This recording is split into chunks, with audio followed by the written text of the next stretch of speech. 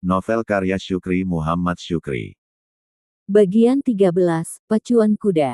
Sebelum terbit matahari, kami sudah berada di bawah pohon waru, pantai Tanjung Pedemon. Kabut tebal masih belum beranjak dari area persawahan. Jarak pandang efektif sekitar 10 meter. Gunung Burbirah panjang yang berjarak 200 meter dari posisiku, tidak terlihat sama sekali. Pagi itu, aku memakai seragam hasil jahitan Rani, pakaian lama disatukan dalam karung sentong. Kami seperti sepasang amtenar yang baru pulang inspeksi. Adi yang berpostur tinggi besar dan berhidung mancung, lebih mirip polisi India dalam film Merah Saya. Di pantai Tanjung Pedemon, bukan hanya kami berdua. Pun Rahman, istrinya dan Rani sengaja mengantar kami sampai ke bibir pantai. Rani, sosok mawar merah idaman hatiku, kembali mengenakan kebaya berwarna lembayung. Aku tahu, dia ingin membangkitkan kenanganku di Tanjung Pedemon. Waktu itu, dia juga melepaskan kepergian kami dengan kebaya berwarna lembayung.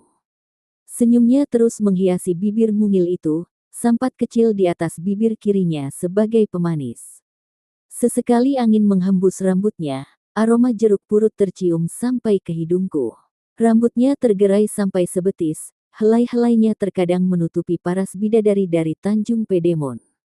Aku khawatir, perjalanan Mawar Merah akan berakhir seperti kisah dalam lagu, Mawar Berduri. Sebuah lagu paling kusukai karya Arianto yang dipopulerkan oleh Teti Kadi. Aku sering berduet dengan Carmila menyanyikan lagu itu, diiringi band sekolah. Tertulislah kisah tentang bunga mawar. Di tengah belukar yang penuh dengan duri. Semerbak harumnya yang tiada taraf. Siapapun ingin memetik bunga itu. Banyaklah kumbang datang. Ingin menghisap madunya. Aduh sayang. Banyak kumbang yang mati. Karena tertusuk duri. Aduh sayang. Kau memberi hati kepada diriku. Seluruh hidupku kudambakan padamu. Tak kusangka-sangka bukan hanya daku.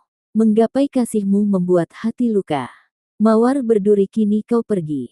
Dengan membawa luka di hati. Mawar berduri cukup sekali. Kau melukai hatiku, hatiku. Adi melangkah mendekati Pun Rahman yang berdiri berjajar bersama istri dan anaknya.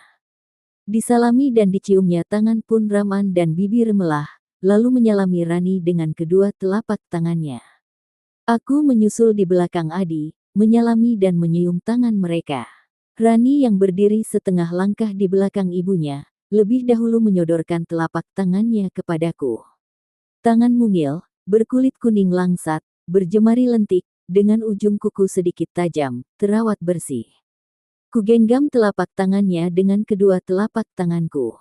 Rasanya seperti menggenggam sekepal kapas hangat. Terima kasih untuk baju ini, kataku dengan suara bergetar. Iya bang, sama-sama, jawabnya.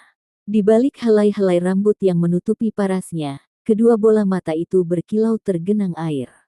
Aku bisa merasakan gelora hatinya, sama dengan gejolak hatiku saat itu. Seharusnya, aku memberi kecupan perpisahan di keningnya.